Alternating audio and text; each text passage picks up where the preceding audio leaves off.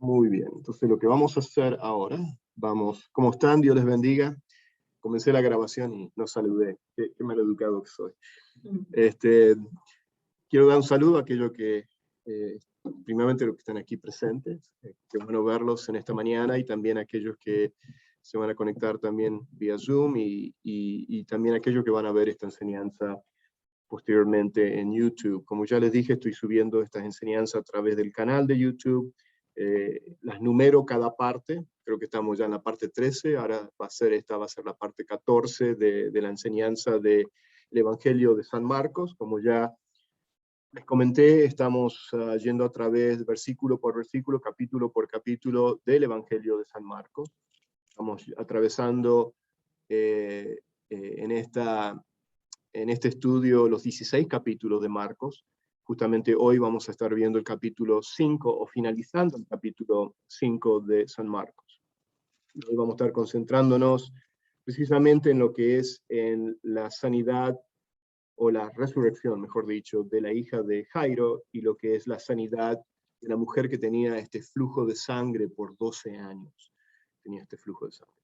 Así que, si me permiten, voy ahora a conectar la pantalla.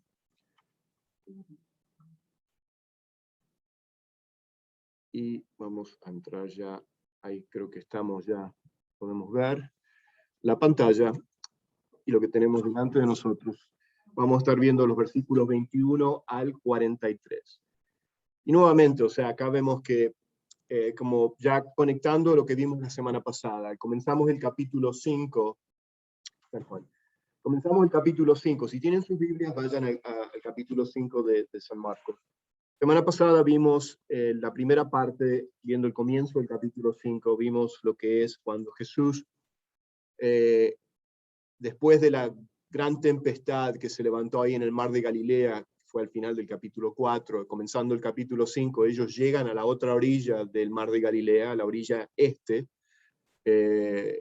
y están en la zona o en la región de lo que es de los Gadarenos, o lo que se conoce la región o la tierra de Decápolis. Deca viene de 10, que significa 10 ciudades griegas, normalmente una región pagana, una región griega, griega romana, porque había muchos ciudadanos ahí que no eran judíos, o sea que sabemos que...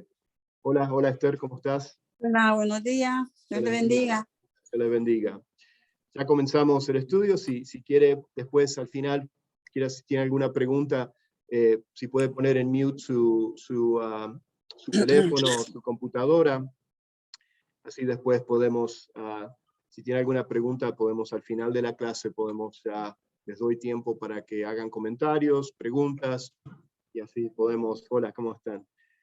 Pero qué lindo verlos a todos. Y bueno, ahora estamos ya, estoy dando un pequeño repaso de lo que vimos la semana pasada, cómo estamos conectando ahora el capítulo final del capítulo 5, y cómo vemos cuando Jesús va al otro lado de la orilla del mar de Galilea, a la zona de Decápolis, esta región pagana, esta región gentil, se encuentra, cuando desembarcan, ¿con quién se encuentran? Primero se encuentra con el endemoniado, el endemoniado de Gadareno, que como yo les comentaba, es posible que este hombre que vivía entre los sepulcros y que tenía un espíritu inmundo, como sabemos que tenía más que tan solo un solo espíritu inmundo, sino que tenía una legión de espíritus, estaba endemoniado. Es posible que este hombre posiblemente era gentil también, o sea que no era judío. Y bueno, vimos eso la semana pasada, vimos cómo Dios tiene el poder y el control sobre los demonios y sobre lo que es el reino de Satanás. Así que dejó Jesús la región ahora nos encontramos al final del capítulo 5, donde ya después de ese gran milagro de la liberación de este hombre endemoniado, de la legión de demonios, después Jesús, este hombre quiere seguir a Jesús, después de que él ya estaba en su sentido cabal y estaba ya vestido, él quiere seguir a Jesús, y Jesús no se lo permite, sino que le dice que él regrese a su casa, a su gente, para que entonces él pueda comunicar y hablarles acerca de las grandes maravillas de lo que Dios había hecho en la vida de este hombre. Y así fue, este hombre obedeció al mandato de Jesús, fue obediente a la gran comisión y se convirtió en ese primer misionero de esa región de Decápolis, de esas 10 ciudades gentiles griegas donde no conocían acerca de Jesús, no sabían acerca de el Mesías. Pero acá vemos que Jesús, al mandar a este endemoniado, ex endemoniado, ya liberado, él comunica eso a esa región. Y después vemos más adelante, en el capítulo 7 al 8, vemos que Jesús regresa a esa región. En Marcos, un poquito más adelante, lo vamos a ver, que Jesús regresa a esa región y ya la gente estaba enterada, sabían, y las multitudes vienen a buscar a Jesús. Entonces vemos el propósito que Jesús tenía para la vida de esta persona que había sido atormentada, esclavizada por tantos años por Satanás, y vemos que Jesús, en el poder del Evangelio, en el poder de Jesús, él lo libera. Ahora bien, ahora vemos que después de ese evento regresan nuevamente, se cree que regresan a Capernaum, después de esa historia, de ese evento del endemoniado, y regresan ahora a Capernaum, y es aquí donde vemos que ahora se encuentra a la otra orilla nuevamente, donde habían partido hace unos días atrás, y ahora se encuentran nuevamente con las multitudes que lo están esperando.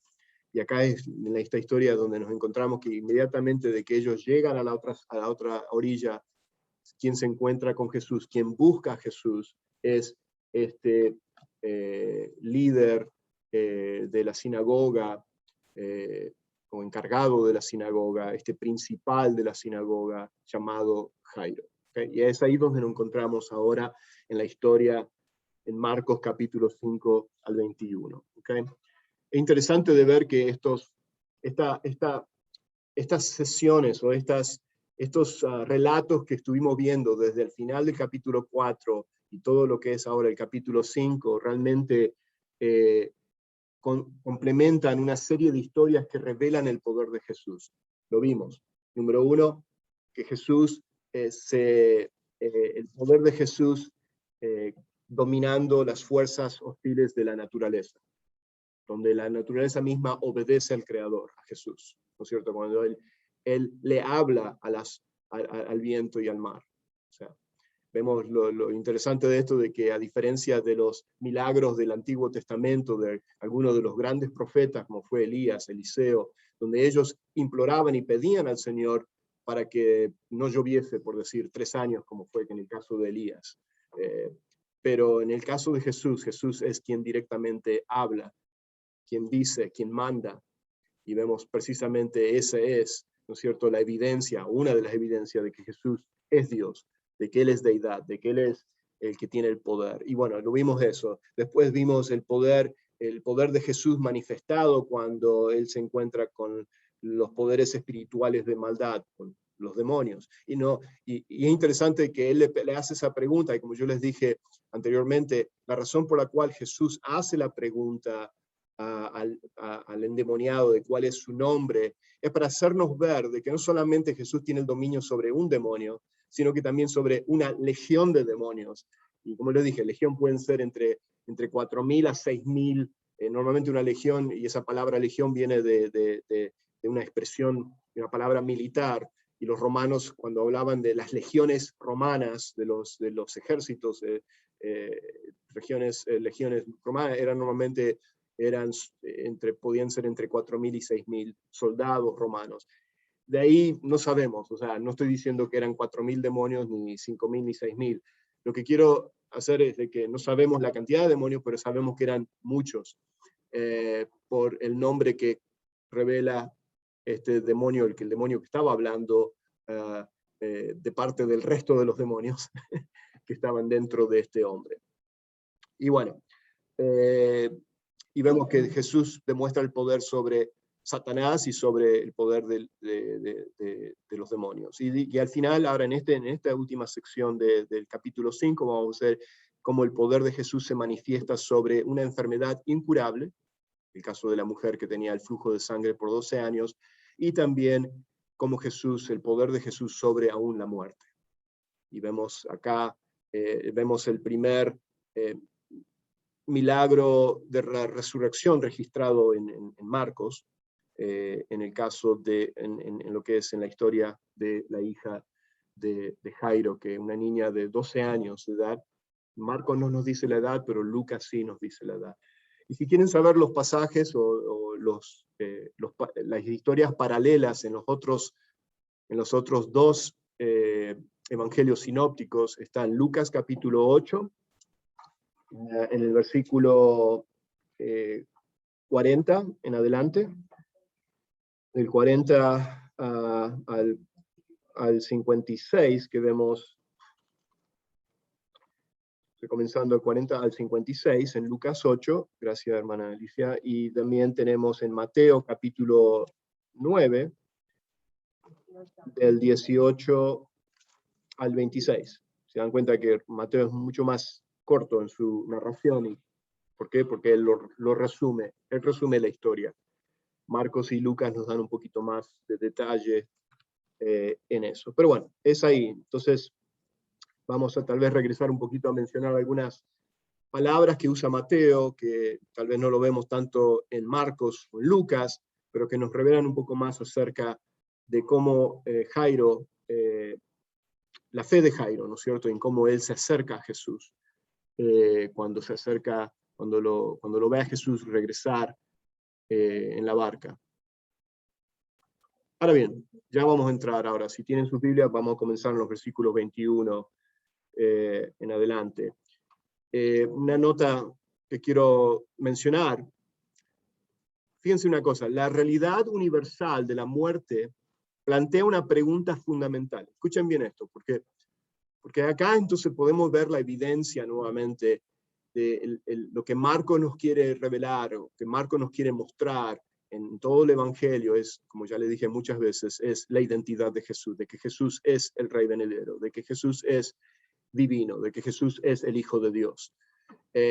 Y la realidad universal de la muerte plantea una pregunta fundamental, porque nadie puede, ¿no es cierto?, nadie en la historia de la humanidad, nadie pudo resucitar a alguien entre los muertos. ¿Okay? Y vemos acá,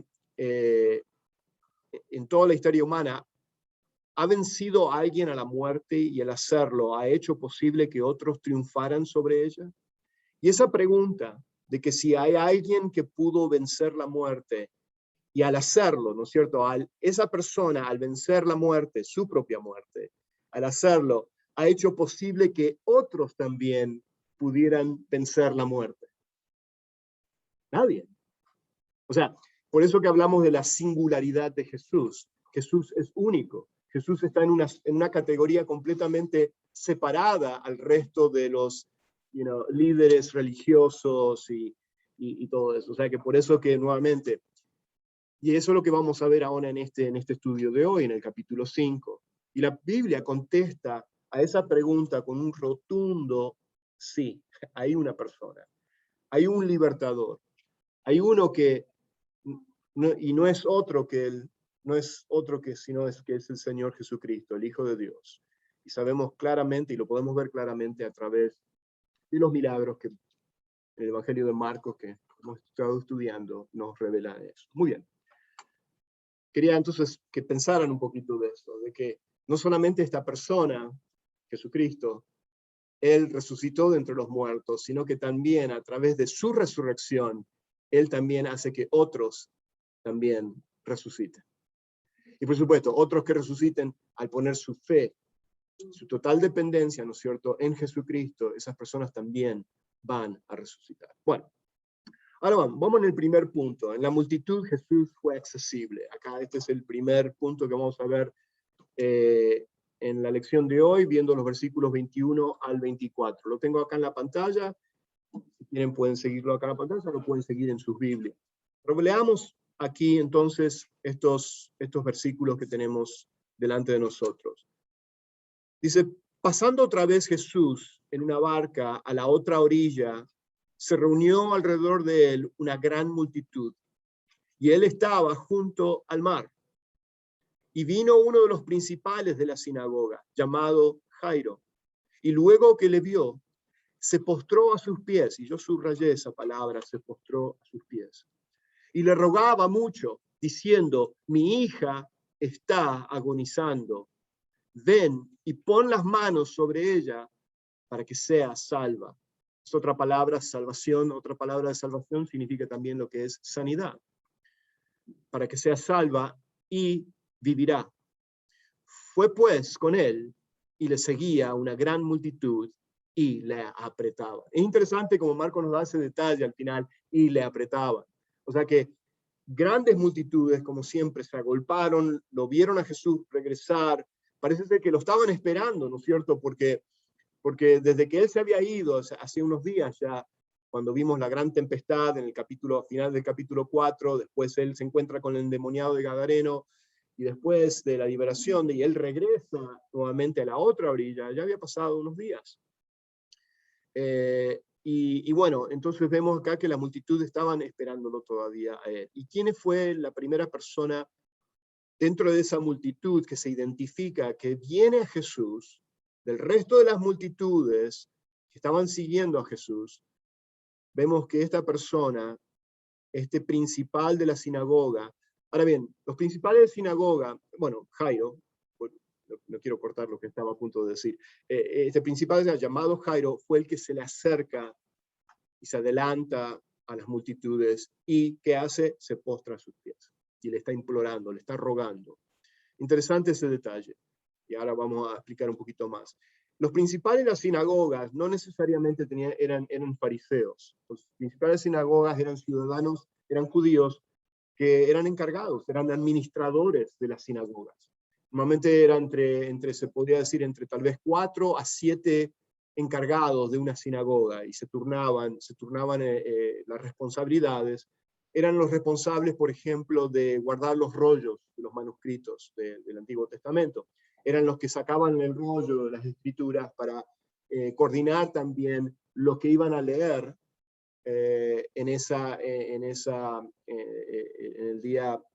el día sábado, cuando se reunían en la sinagoga. Eran los que coordinaban quién iba a ser el próximo que iba a dar la lectura de la palabra de Dios.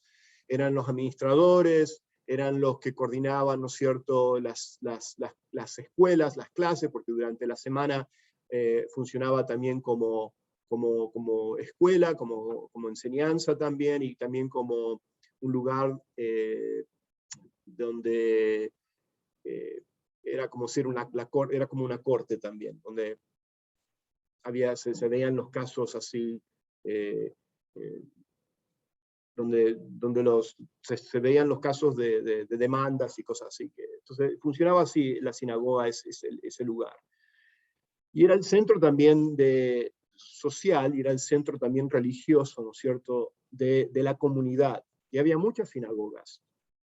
Ya habíamos visto la foto de la sinagoga principal que se encontraba en Capernaum, que quedaba ahí a unos pocos pasos, diríamos, de la casa de Pedro, donde Jesús sana a la suegra de Pedro. Eso lo vimos, ¿se acuerdan?, en esa fotografía aérea, donde hoy en día se encontraron los restos de esa casa, de la casa y de la sinagoga que se encontraba ahí, donde Jesús en varias ocasiones se encontró enseñando en esa sinagoga.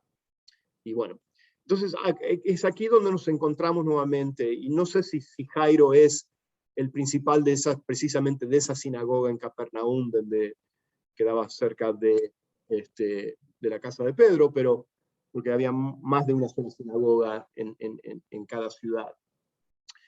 Porque eran pequeñas, los edificios eran muy pequeños, o sea que no podían tener mucha gente adentro. Pero bueno, entonces eso es lo que era un principal. Y el principal trabajaba o operaba, y aparte de coordinar y de ayudar, ayudaba a los fariseos, ¿no es cierto?, que venían, a los escribas, ¿no es cierto?, que venían a enseñar. Acuérdense que los escribas, que podían ser fariseos de esa secta farisea, de esos separatistas, ¿no es cierto?, que eran súper rigurosos en guardar la ley, ¿no es cierto?, y habían creado sus propias leyes, leyes de hombres, ¿no es cierto?, mandamientos de hombres, como Jesús después los expone, ¿no es cierto? Los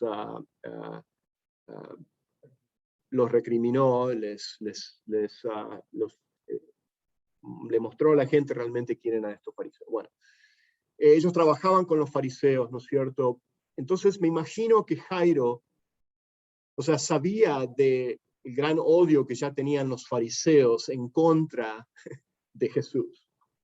Y digo esto porque ustedes pónganse en la mente de Jairo, siendo una persona que trabajaba para los fariseos, lo diríamos para la sinagoga, como principal, como administrador y todo eso, y conocido de los fariseos, y él conociendo a los fariseos también y trabajando juntos, imagínense de que él vaya corriendo a Jesús y se arrodille delante de él.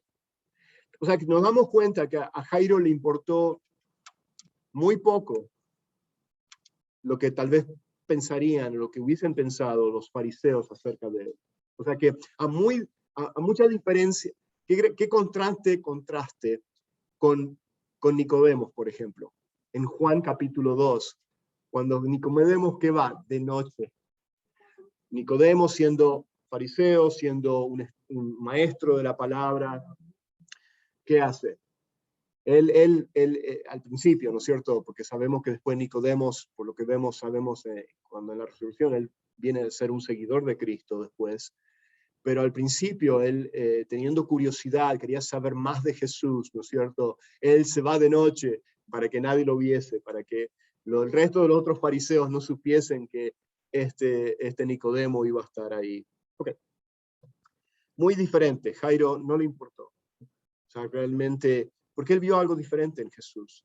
Vemos la fe de Jairo acá, demostrada de que Jairo sí creía que Jesús era el Mesías. O sea, puedo deducir de eso en base a lo que Jairo dice y lo que Jairo hizo.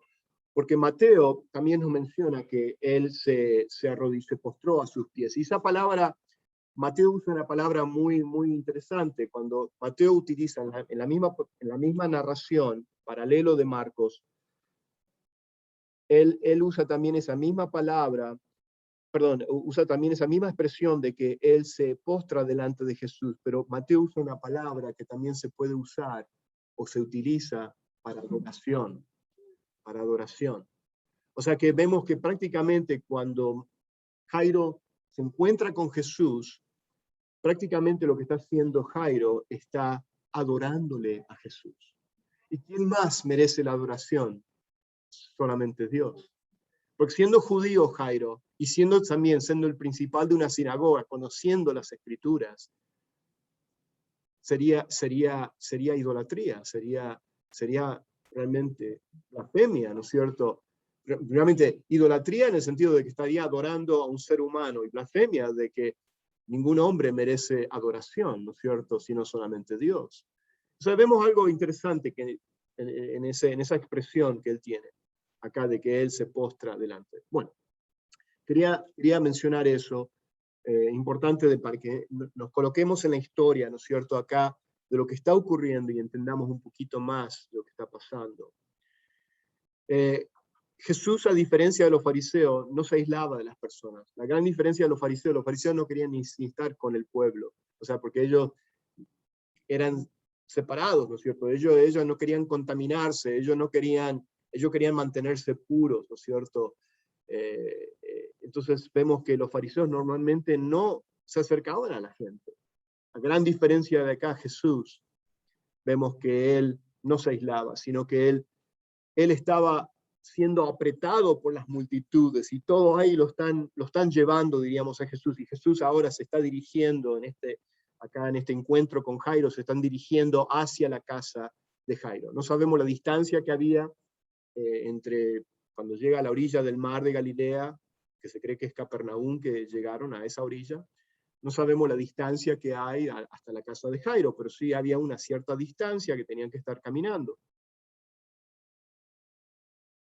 Ahí en la pantalla tengo el relato de Marcos, se enfoca, como ya les estaba diciendo, que se enfoca en la historia de dos individuos, completamente opuestos los dos. Uno era un hombre, la otra era una mujer. Uno era un hombre rico, Normalmente los principales de la sinagoga eran personas que estaban bien económicamente. Y la otra era pobre. Había quedado pobre por su enfermedad, como ya vemos un poco más detalle que Lucas nos dice. Lucas nos dice que había gastado todo su dinero, ¿no es cierto? ¿Por qué? Porque los médicos no podían. Y siendo Lucas un médico, él sabía muy bien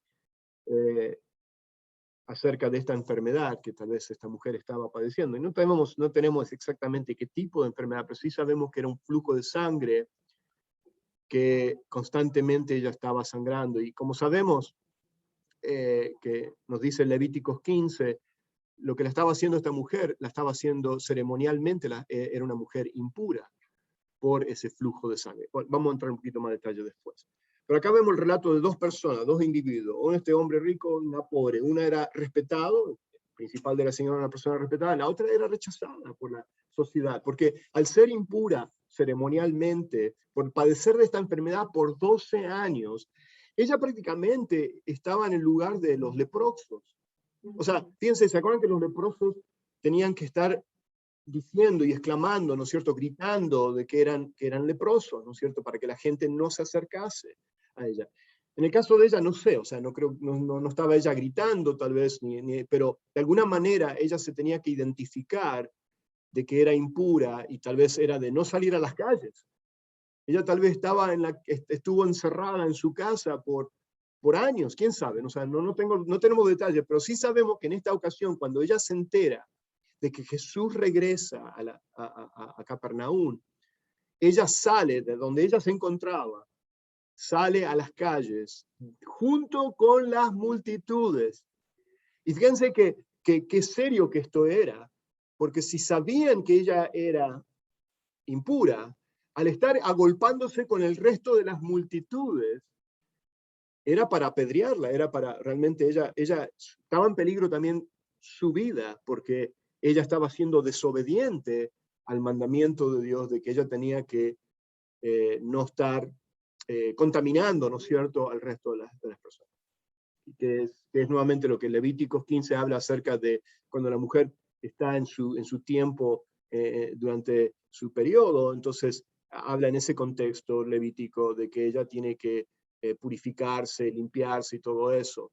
Pero en este caso de esta mujer era constante, o sea, no era tan solo por un tiempo, ¿no es cierto?, sino que era constante su flujo de sangre. Y sabemos que nos dice la palabra que fue por 12 años. Qué triste habrá sido. O sea, para la vida de ella, o sea, fíjense la aflicción, el gran, diríamos, dolor y aflicción que ella padeció por tantos años. Y eso es lo que vemos acá. Ella estaba siendo rechazada. Vemos a Jairo, una persona honrada, porque era el principal de la sinagoga, pero esta mujer, una mujer avergonzada por su situación, por su impureza, por su rechazo. O sea, ella ya no tenía más, una vida social no tenía. Todas las implicaciones, tenemos que ponernos en las mentes de ese primer siglo, ¿no es cierto?, de la vida en la cultura judía, ¿no es cierto? O sea, porque nosotros no pensamos en esos términos, o sea, tenemos que pensar que esta mujer no podía ir a la sinagoga, no podía tener comunión ni socializar con ninguna persona, estaba completamente aislada por 12 años. Si pensamos que muchos de nosotros estábamos aislados por un año y medio ya, y pico, por COVID, imagínense una persona aislada por 12 años. O sea, completamente aislada en todo sentido, rechazada. Bueno, vemos acá, uno dirigía la sinagoga, la otra llevaba 12 años padeciendo una enfermedad incurable. Y sabemos que era incurable porque Lucas nos lo dice, que había ido a muchos médicos y ninguna, dice, una mujer que había tenido un flujo de sangre por 12 años y que había gastado en médicos todo cuanto tenía y no podía ser curada por nadie. Eso es lo que Lucas nos dice en Lucas 8:43. Bueno, entonces vemos, eso es lo que está pasando aquí. Y mientras que está ocurriendo esto, de que Jesús juntamente con la multitud y Jairo están caminando y están yendo hacia la casa de Jairo, vamos a hablar un poquito acerca primero de Jairo. Después ya entramos, hay como un sándwich acá hay dos historias. La historia primera es la de Jairo, ¿no es cierto? Cuando viene Jesús a la orilla del mar, a la otra orilla del mar de Galilea, se encuentra con la multitud, ¿quién viene? Viene Jairo a encontrarse con Jesús, se postra delante de Jesús, le está rogando que fuese a su casa porque su hija está agonizando, está a punto de morir.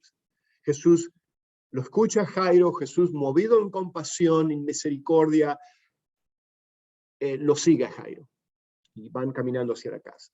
Y el sándwich que estoy diciendo acá es la historia de la mujer con el flujo de sangre que se introduce también dentro de la historia, de esta misma historia. Pero hablemos un poquito acerca de Jairo. Jairo conocía de las obras milagrosas que Jesús había efectuado, como muchos de los fariseos sabían, ¿no es cierto? Los fariseos, ¿qué es lo que hacían? Iban para ver si podían descreditarlo, si encontrar algunas palabras que él dijese que ofendiesen a la religión judía, si quebrantaba alguno de sus mandamientos, porque sabemos que Jesús no quebrantó ninguno de los mandamientos de Dios, sino que quebrantó los mandamientos de hombres que los mismos fariseos habían inventado y lo habían agregado, por ejemplo, en el día sábado. Y bueno, eso es lo que vemos acá en esta historia. Pero Jesús, vemos que Jairo conocía las obras milagrosas de Jesús. Y Jairo se acercó, y como yo le decía, audaz y abiertamente, incluso a llegar a postrarse a los pies de Jesús. Como ya les dije anteriormente, no le importó, ¿no es cierto?, absolutamente lo que las personas podían pensar acerca de él, que dijeron, ay, este es el principal de la sinagoga, y mirá, se le acercó a Jesús y se le arrodilló. Sí, sí. Ajá. Jairo no hubiera tenido a su hija enferma, si hubiera postrado delante de Dios, delante del Señor. Pienso que no. Bueno, tenemos que pensar esto. Si Jairo tuvo fe en Jesucristo, ¿no es cierto?, y creyó en él, estaba dentro de los planes de Dios de que él tenía que ser salvo. Pensemos o no pensemos de que si no hubiese tenido su hija, podemos decir que sí, Dios usó, en el caso de Jairo, la situación, como muchos de nosotros, que Dios utiliza en nuestras situaciones de encontrarnos en total dependencia, en total, de que no tenemos otra alternativa. No hay otro en el cual podemos recurrir, ¿no es cierto? De que nos encontramos como en un callejón sin salida, porque intentamos de hacer todos nuestros propios esfuerzos, tratamos de hacerlo a nuestra manera, y nos encontramos de que entre la espada y la pared. Y en este caso podemos decir que Jairo era uno de esos escogidos dentro del plan divino de Dios, de que se encontrase con Jesús. Pero podemos decir que sí, que usó la situación de la enfermedad de su hija, ¿no es cierto? Pero yo creo que también habla de esa parte de la palabra que el Señor conoce nuestro corazón. Ajá. O sea, ya conocía el corazón de Jairo. Lógico. Pero también es como con nosotros cuando nos confrontan y nos hace retroceder, digamos, cuando estamos haciendo algo equivocado, pero también cuando vamos a tomar una decisión. Así es. Muy, Señor conocía, muy bien, buen punto. En fin, el Señor conocía el corazón de Jairo y utilizó esta situación de desesperación de un padre que, como padre, ¿quién no quiere, o sea, como padre, quién no quiere ver a la sanidad de sus hijos, o en el caso de que ella se estaba muriendo, la niña? Pero bueno, seguimos. Otro punto acá de Jairo, este hombre creía que Jesús podía curar a su hija, y no solamente que podía curarla, creo que está en mi siguiente punto, no lo tengo acá, pero no solamente que podía curarla, sino que la podía resucitar, porque en Mateo, él hace un resumen de la historia, pero Mateo dice que, fíjense cómo dice Mateo 9,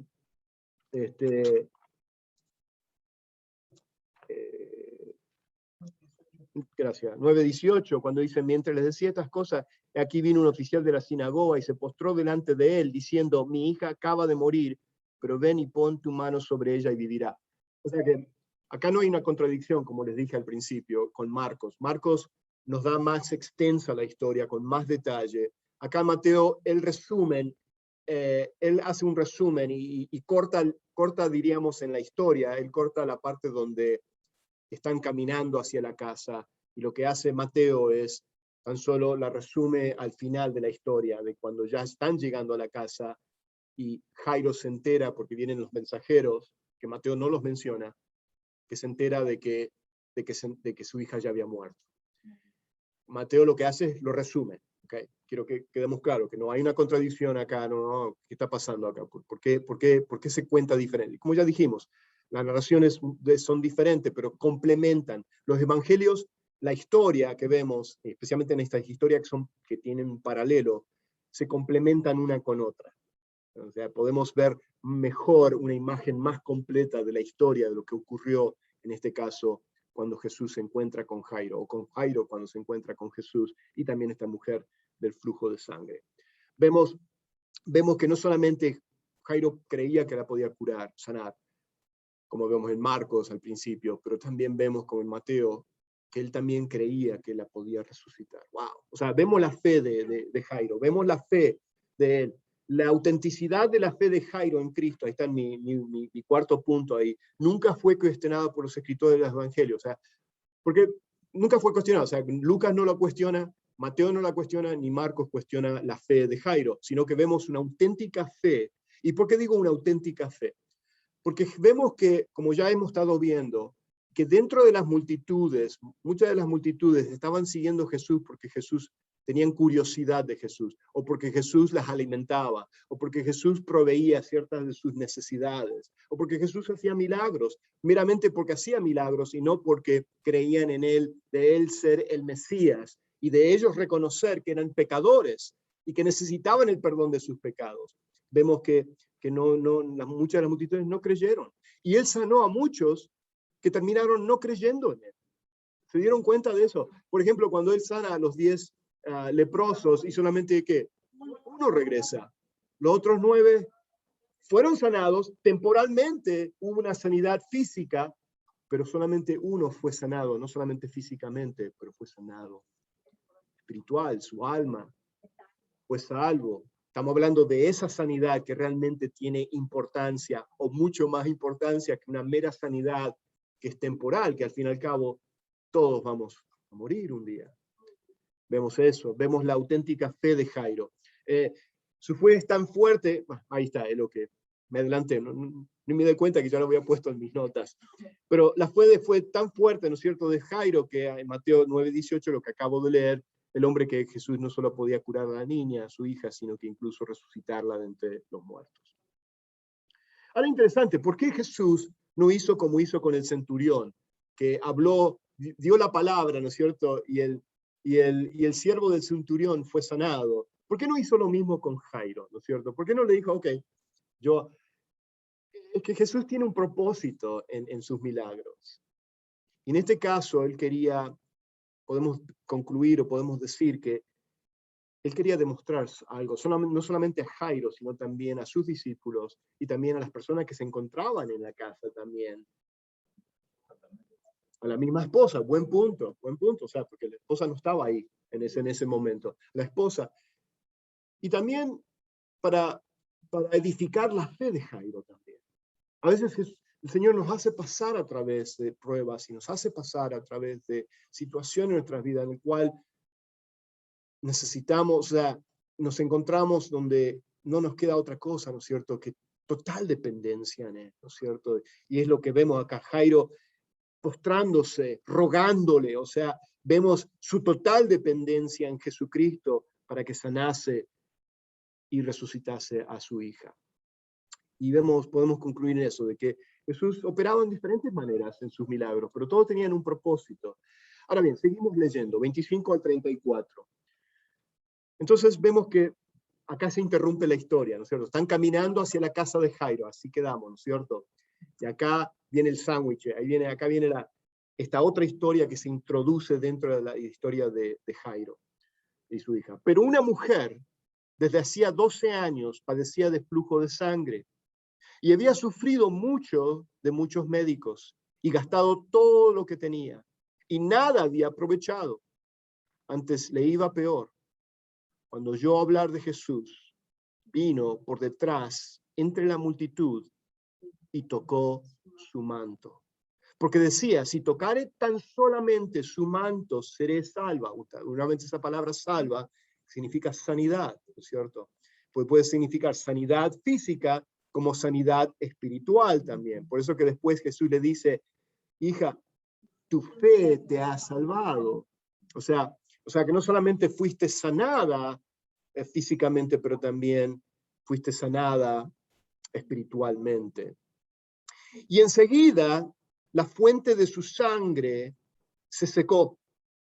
Inmediatamente fue esto. Y se sintió en el cuerpo que estaba sana de aquel azote. Luego Jesús, conociendo en sí mismo el poder que había salido de él, volviéndose a la multitud, dijo: ¿quién ha tocado mis vestidos? Ahora bien, Jesús no hace esa pregunta porque desconocía quién le había tocado. Sabemos muy bien que Jesús sabía exactamente quién le había tocado. Porque Jesús, siendo omnisciente, todo, siendo Dios mismo, ¿no es cierto?, encarnado, él sabía, y él hace eso con un propósito para que esa mujer pudiera salir de entre las multitudes y poder hablar con ella, conectarse con ella. Es hermoso de ver esta historia, de que esta persona despreciada, rechazada por la sociedad, Jesús se interesa por ella. Podríamos decir un don nadie, podríamos decir. Por eso les dije al principio el contraste. Principal de la sinagoga, una persona honrada, una persona conocida por la comunidad judía de esa área, de esa región. Mientras que esta mujer desconocida, porque no conocemos el nombre de ella. Pero cuidado, no quiere decir porque el evangelista no nos pone el nombre, puso el nombre de Jairo. Acá lo que nos quiere hacer saber y ver de que no interesa el nombre de ella. Lo que interesa es de que esta persona que es desconocida, Jesús se interesó por ella.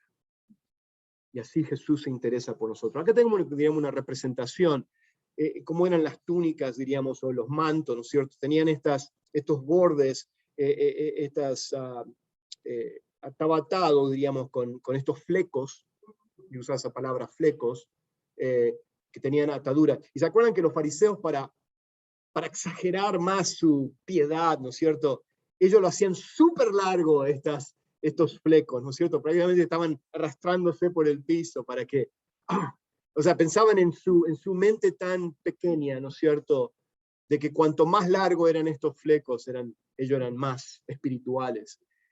Y es precisamente Jesús, siendo, ¿no es cierto?, un maestro, rabino, ¿no es cierto?, él se vestía también con este manto que también tenía estos flecos, y ella piensa de tocar ese fleco, de tocar ese borde, ¿no es cierto?, del manto de Jesús. Y no sé, no la vemos, o sea, ella sale hacia las multitudes, y no cabe duda de que la mujer sentía hondadamente su necesidad, y fue a raíz de escuchar hablar de Jesús y de las maravillas de los milagros que él hacía, de que ella despertó fe en ella, ¿no es cierto?, de ver más allá de tan solo él es un mero sanador, aunque esa era su necesidad inmediata, pero sabemos que Dios utilizó esa, en el caso de ella, su enfermedad, para que ella viniera a la fe en Cristo, como Dios usó la enfermedad de la hija de Jairo para que él viniese a la fe. Estaba dentro del plan soberano de Dios.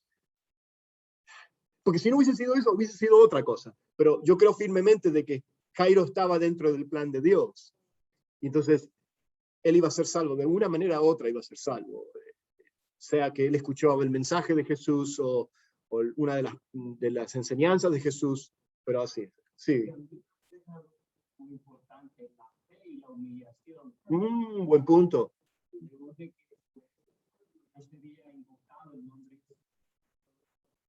Que dice la palabra de Dios,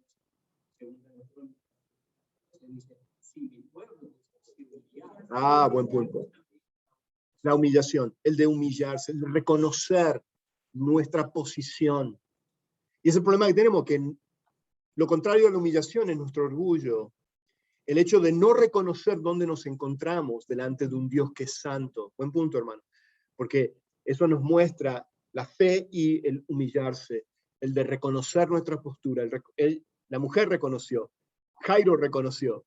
Por eso que no le importó más nada, porque realmente cuando entramos en esa total dependencia de reconocer nuestras limitaciones, ¿no es cierto?, y nuestra necesidad más grande. En el caso de Jairo, primeramente fue fue paulatino, sino la fe movida por la necesidad física, ¿no es cierto?, de su hija, la sanidad, que eso después los llevó a experimentar la verdadera fe salvadora al estar cara a cara con el Maestro, con Jesús. Y bueno, seguimos leyendo. Creo que ya leímos esto. ¿Quién ha tocado mi vestido? Jesús hace esa pregunta. Acá vemos vamos a ver algunos puntos. ¿Qué pasó? No, seguimos leyendo. Sus discípulos, perdón, separé el pasaje en dos pantallas. Seguimos leyendo, o sea, cuando él hace esa pregunta, ¿quién me ha tocado? Sus discípulos como diciendo, ¿qué está preguntando? O sea, ¿cómo puede ser si hay tan grandes multitudes que te están todos, que están apretando acá? Sus discípulos dijeron, ¿ves que las multitudes te aprietan y dices, ¿quién me ha tocado? Pero él mirando alrededor para ver quién había hecho esto, entonces la mujer, temiendo y temblando, sabiendo lo que en ella había sido hecho, vino y se postró delante de él. Nuevamente, ahí está, se postró delante de él. Nuevamente, una expresión de adoración. Y le dijo toda la verdad, le habló.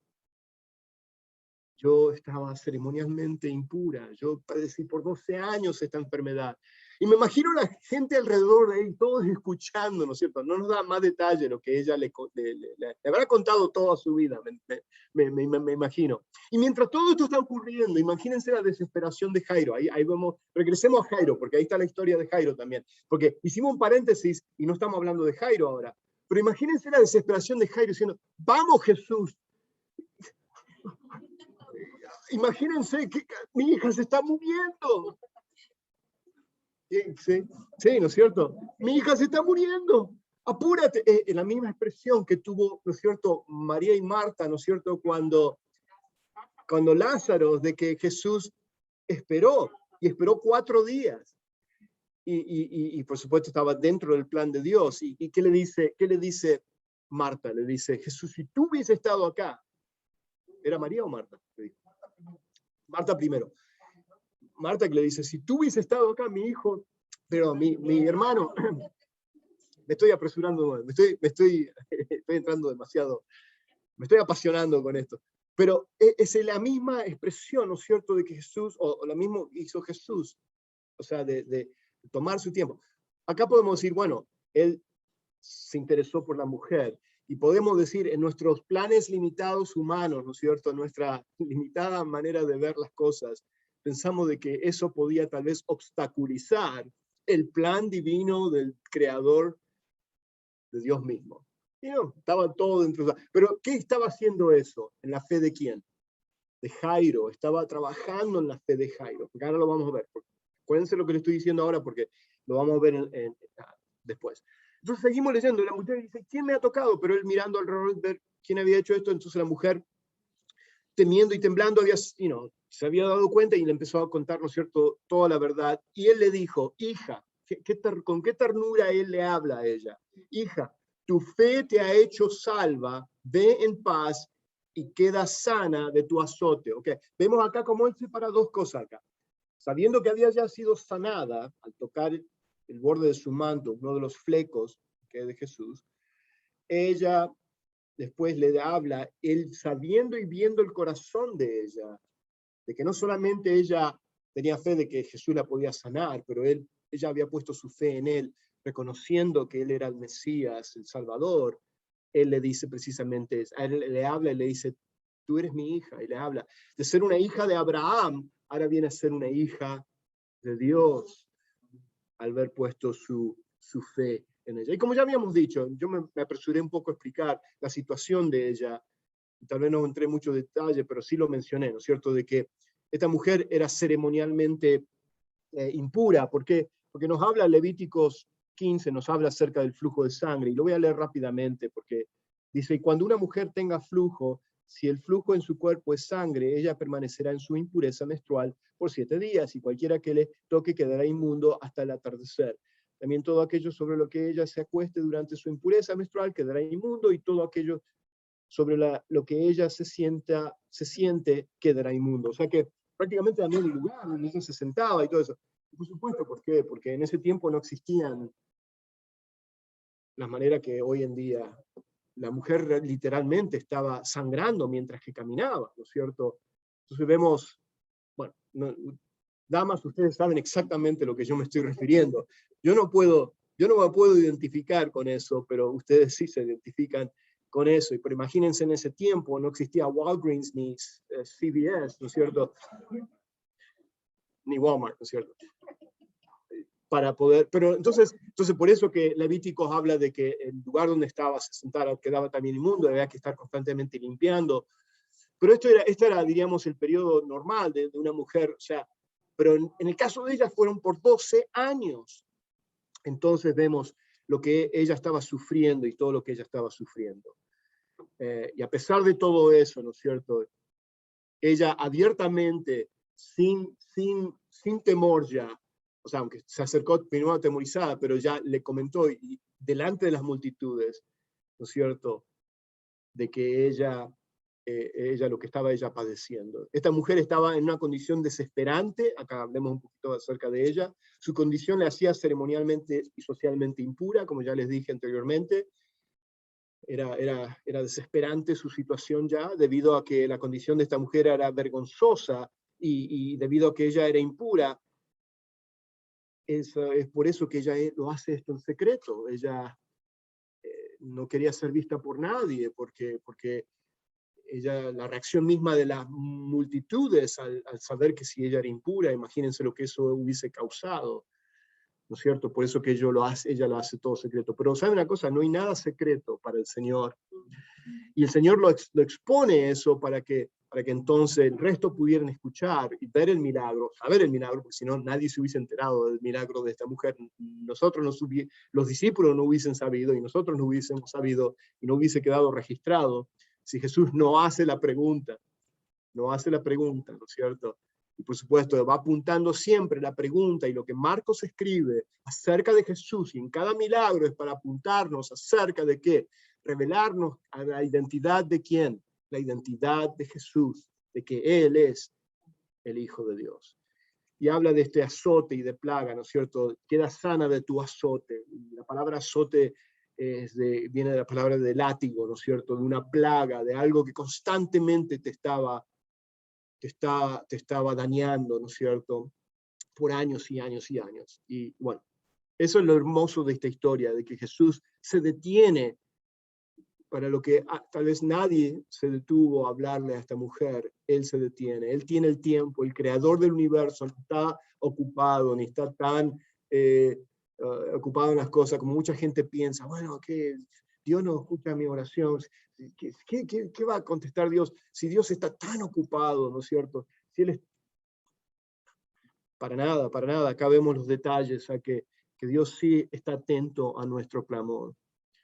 Y bueno, esta mujer tuvo fe en que sería curada, y agarró las bordas del fleco del manto del Señor. Acá resumiendo lo que acabamos de leer. La fe de ella no estaba puesta en la ropa, como que, ahí está mal escrito, como que si el manto tuviera un poder mágico, sino en Jesús. Escuché, yo lo que hago cuando preparo la lección, yo tengo varios, leo varios comentaristas. Tengo una lista de varios comentaristas que yo leo, y a veces escucho videos de la misma enseñanza, y me voy preparando, y en uno de los comentaristas que yo leí, completamente estoy en desacuerdo con ese comentarista, porque el comentarista, hablando de que tal vez esta mujer era supersticiosa, de que pensaba de que a veces los comentaristas, o sea, no los tenemos que tomar como si fuera inspiración de la palabra de Dios, sino que son opiniones de hombres, o sea, de lo que pueden pensar, y yo estoy completamente en desacuerdo con esa opinión de ese comentarista que les digo que estaba leyendo, lo cual no voy a leer nunca más. Ya, lo saco de mi lista. No, es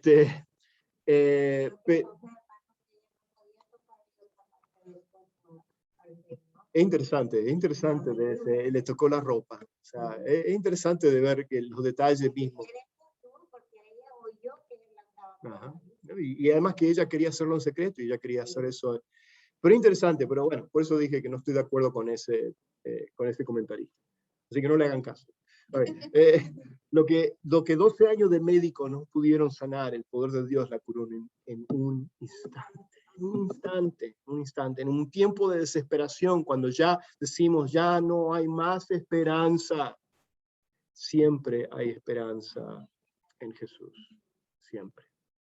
Siempre. Aún en la muerte hay esperanza. Porque no pensemos de que todo tiene que ser siempre terminar con una sanidad física. Porque aún en la muerte, como ahora vamos a ver en la hija de Jairo, aunque sí la resucitó, pero era para mostrarnos el futuro, para mostrarnos de que así como esta niña fue resucitada, es un preámbulo, es mostrarnos lo que va a ocurrir en un futuro. Es como un pequeño espacio, abrió el telón un poquito para mostrarnos, como fue con Lázaro, aún en la misma, por supuesto, en la resurrección de Jesucristo, que dice que cuando después de la muerte y en la resurrección de Jesucristo, dice que las tumbas se abrieron, y, ¿no es cierto? Y muchos salieron caminando, y fueron reconocidos, ¿no es cierto?, en la ciudad. Imagínense ese evento, ¿no es cierto?, que ocurre eso. Pero, bueno, era para mostrarnos de que la realidad de la futura resurrección de cada uno de nosotros. Bueno, me voy a apresurar porque ya son las 12. La pregunta que Jesús hace, ¿quién ha tocado mi vestido?, no la hace por ignorancia, como ya les dije anteriormente, sino que él sabía exactamente que había curado, sino que para hacer notar a la mujer entre el gentío. La mujer había querido ocultarse, pero sabía que Jesús la estaba hablando. Al darse cuenta que estaba en presencia de la deidad, vino y se postró. Ahí nos da la indicación de eso. Terminando ya. 35 al 40. Vamos a leer esta porción y ya quiero terminar, perdón.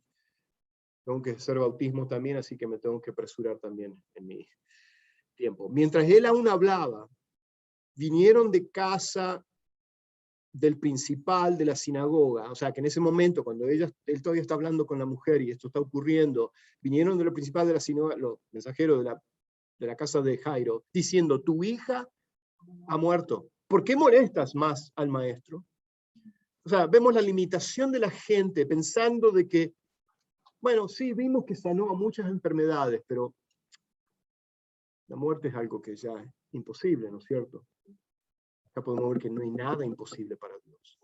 Lo que es imposible para el hombre es posible para Dios. Entonces vemos acá, pero Jesús, luego que oyó lo que se decía, dijo al principal, fíjense que le dirige la conversación, no a los mensajeros, le está hablando a Jairo. ¿Por qué? Porque él sabe la desesperación de este padre. Él conoce dónde se encuentra el corazón de Jairo. O sea, sí tenía fe en Jesús, pero vemos el dolor, ¿no es cierto? La desesperación, el hecho de que se retrasó hablando con la mujer de flujo de sangre y ahora no llegó a la casa. Y vemos que Jairo no dice nada, pero Jesús inmediatamente le dice, no temas, cree solamente. Esa palabra, no temas, cree solamente. El Santo de Israel, el Creador del universo, Jesucristo, nuestro Salvador, nos recuerda, y esas palabras tienen un eco en nuestras mentes, en nuestros oídos, y constantemente recordarnos cuando estamos atravesando a través de tiempos difíciles, que escuchemos las dulces palabras del Salvador que nos dice, no temas, cree solamente, cree solamente, cree solamente.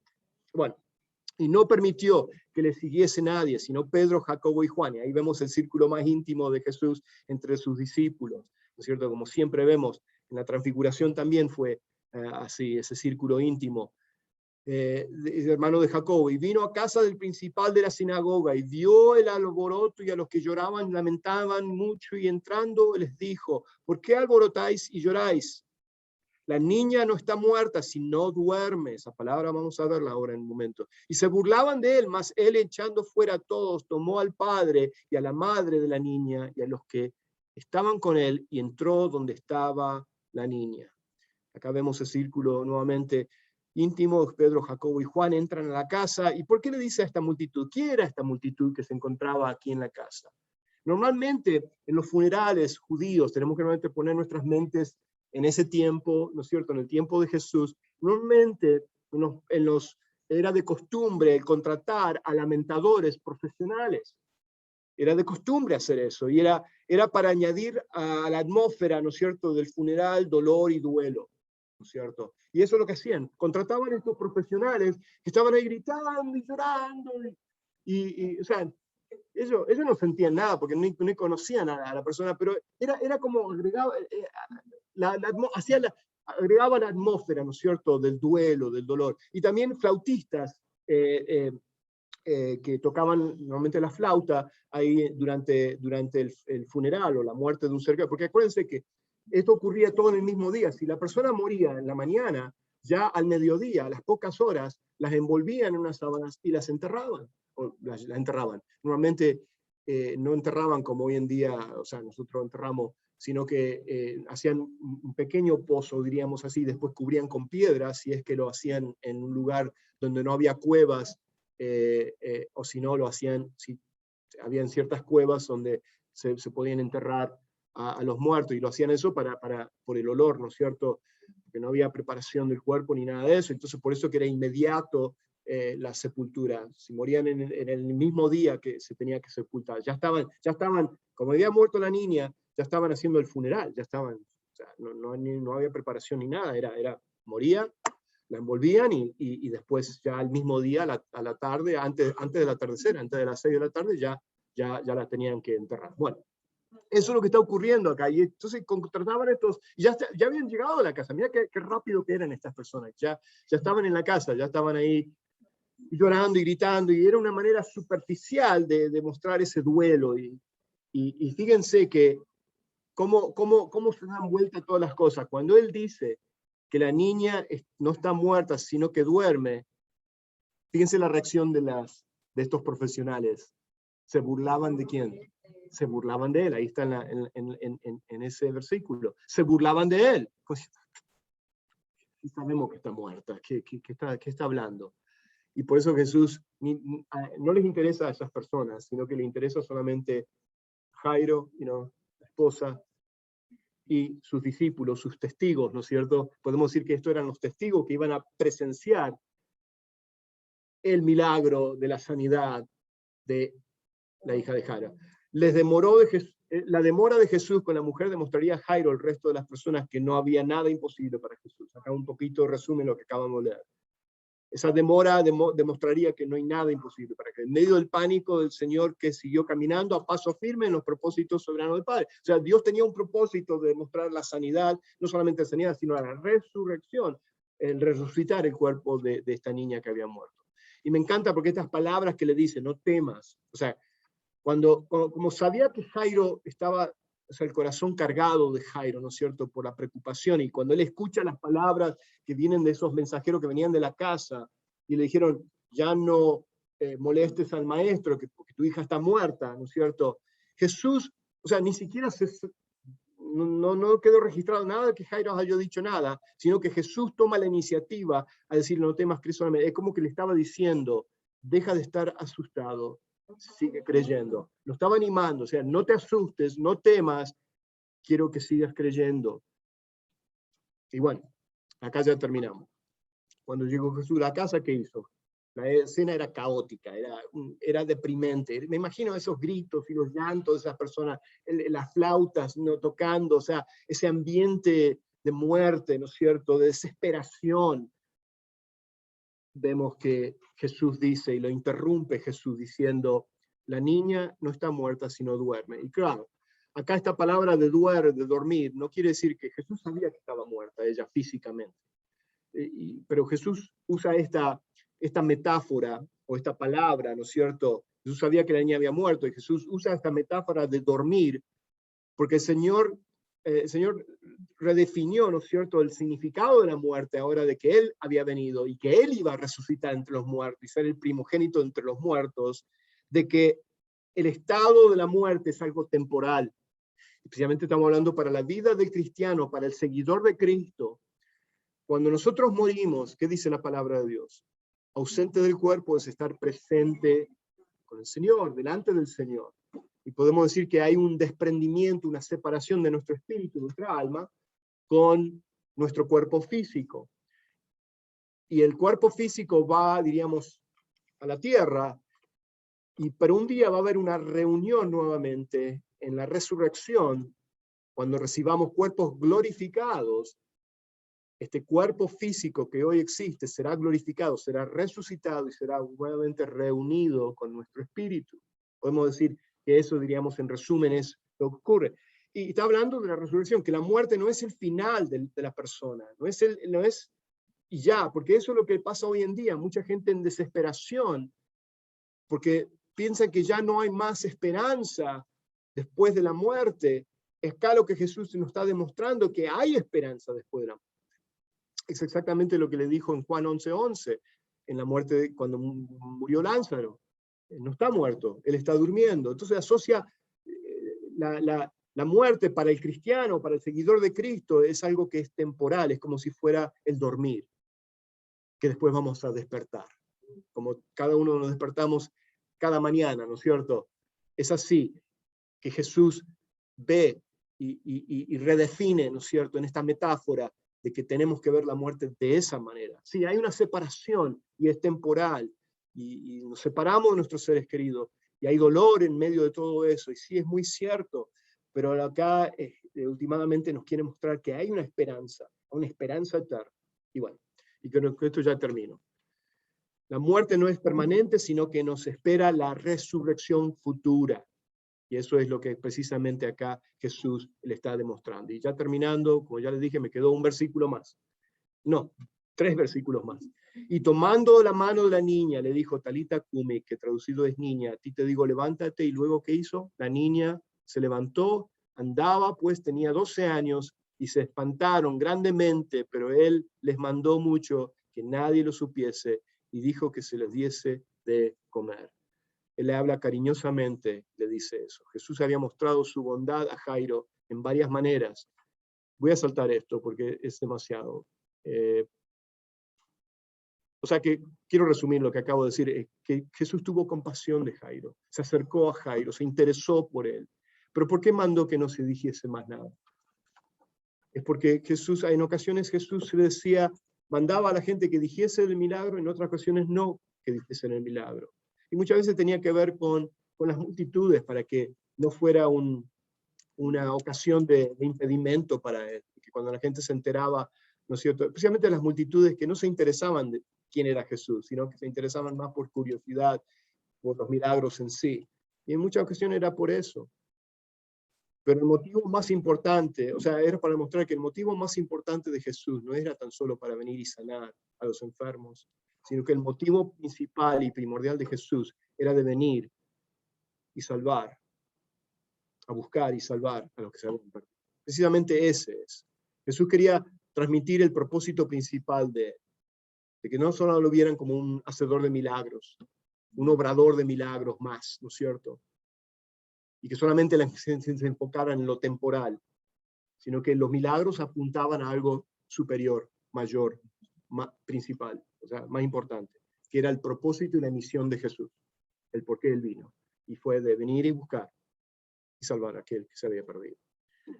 Dios les bendiga, gracias, perdón porque se me fue el tiempo, es todo culpa de ustedes por internet. Pero qué bueno verlos, también saludo a Nora, también a aquellos que están conectados a través de Zoom. Dios les bendiga, ¿por qué no oramos? Padre, gracias te damos por este tiempo, gracias por tu palabra, por mostrarnos, Señor, tu gran amor, tu compasión, tu misericordia, y cómo tú te acercaste tanto a Jairo, Señor, como también a esta mujer desconocida, que aún no conocemos su nombre, pero un día en el cielo sabremos quién exactamente era ella. Pero vemos de que alguien que era rechazada por la sociedad, alguien que estaba desesperada por su enfermedad de más de 12 años de flujo de sangre, de que ella encontró no solamente la sanidad física, pero sino también la sanidad espiritual a través de poner su fe en Jesucristo, al igual como Jairo, Señor. Señor, gracias, Señor, por mostrarnos tu amor y tu misericordia, tu compasión, Señor, y con gran ternura de ver cómo, Señor, tú trataste las necesidades de aquellos que estaban sufriendo. Y gracias, Señor, por darnos la esperanza de la vida eterna, de saber que la muerte, Señor, es tan solo algo que es temporal y no es permanente. Porque en ti, Señor, hay esperanza. Te damos gracias. Amén. Muy bien, Dios les bendiga. Amén, Dios le bendiga. Bye bye. Dios les Bye bendiga. bye. Hasta luego. Bye bye.